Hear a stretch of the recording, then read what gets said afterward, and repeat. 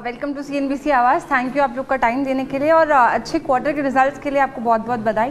मेरा पहला क्वेश्चन है कि इस बार वॉल्यूम लेड ग्रोथ हमें काफ़ी देखने को मिली, तो उसकी सस्टेनेबिलिटी कैसे आप देख रहे हैं और आपकी जो की एरियाज़ है जैसे कि अफ्रीका, इंडिया और इंडोनेशिया, इसमें यहाँ पे मार्केट इनिशिएटिव्स क्या थे जिन्होंने ये ग्रोथ को ड्राइव किया, तो उस पर थोड़ा लाइट डालिए प्लीज़।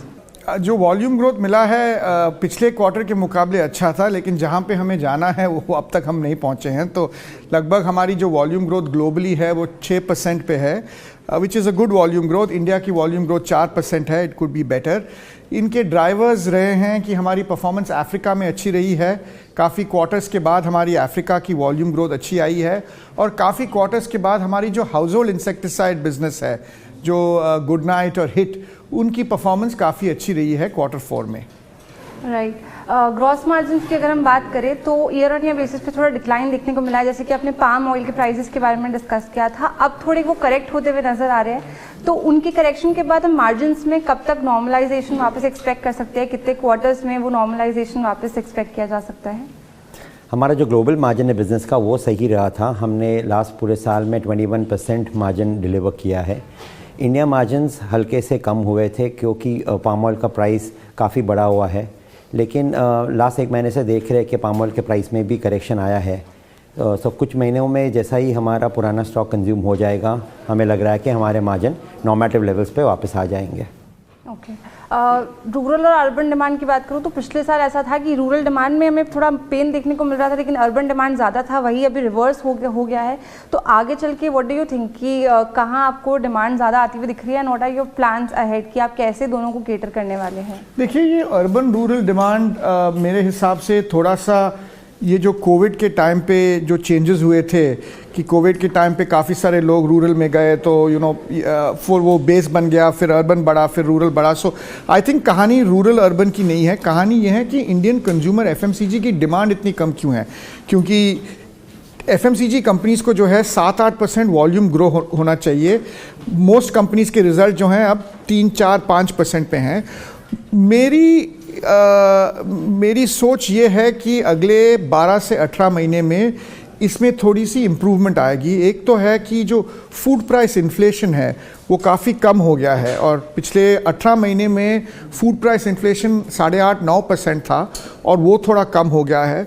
और काफ़ी सारे जो गवर्नमेंट स्कीम्स जो वेलफेयर के लिए हैं, या तो रूरल स्कीम्स हैं, या तो टैक्स है, या तो जो पे कमीशन आएगा, इन सब के कारण मुझे लग रहा है कि वापस डिमांड जो है इस मार्केट में FMCG में वापस फास्ट मूविंग की ट्रेड आ जाएगी। राइट। जैसा कि आपने मेंशन किया कि टैक्स कट्स हम देख रहे हैं और एक जो पे कमीशन ड्यू वो चल रहा है, वो आता है तो कंज्यूमर स्पेंडिंग बढ़ेगी।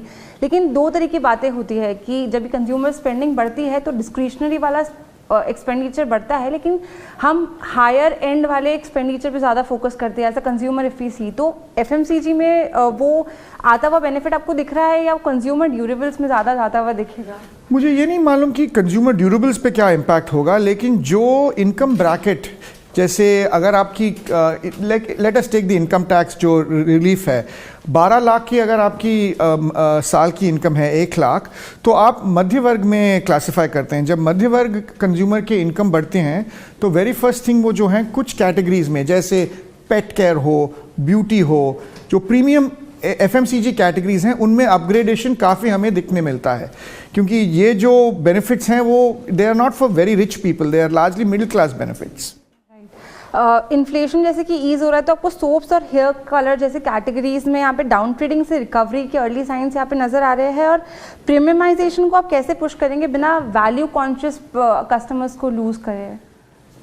देखिए, ये जो जब फूड प्राइस इन्फ्लेशन एक बहुत ही इंपॉर्टेंट इंडिकेटर होता है FMCG के लिए, क्योंकि जब फूड प्राइस इन्फ्लेशन बढ़ जाता है तो कंज्यूमर जो है डिस्क्रिशनरी आइटम्स, फूड तो नॉन डिस्क्रिशनरी है, तो डिस्क्रिशनरी आइटम में काफ़ी कटौती आती है।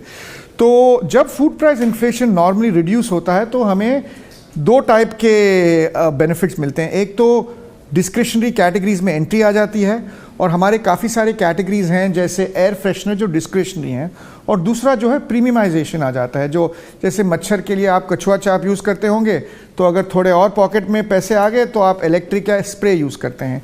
इन दोनों जो वेक्टर्स के ग्रोथ हैं, हमारी कंपनी को जो है काफ़ी फ़ायदा है।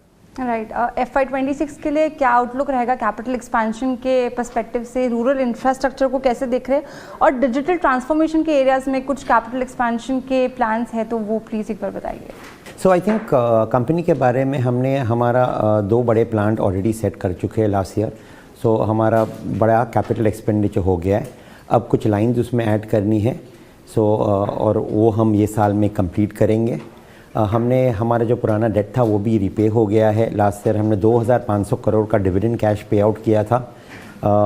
आगे जाते हुए भी हम लोग कंसिस्टेंटली डिविडेंड पे आउट्स करते रहेंगे। थैंक यू, बहुत बहुत शुक्रिया आपके टाइम के लिए और बहुत CNBC शुक्रिया। आवाज़ को टाइम। शुक्रिया, बहुत शुक्रिया, थैंक यू।